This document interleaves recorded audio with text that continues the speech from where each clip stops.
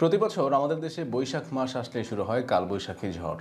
এর সঙ্গে মাঝে মাঝে কোনো কোনো এলাকা দেখতে পায় শিলাবৃষ্টির আক্রমণ। কিন্তু কখনো কি শুনেছেন টাকা বৃষ্টি হওয়ার কথা? কথাটা শুনে চমকে গেলেন?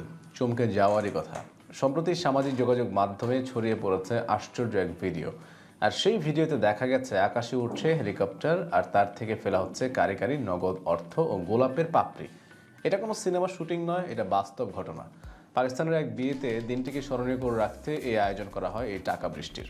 পাকিস্তানি গণমাধ্যম ARY নিউজ জানায়, পাঞ্জাবের মান্দি বাহাউদ্দিনে অনুষ্ঠিত ওই বিয়েতে বরের ভাই একটি হেলিকপ্টার ভাড়া করে নিয়ে আসেন অতিথিদের উপর টাকা ঝরানোর জন্য।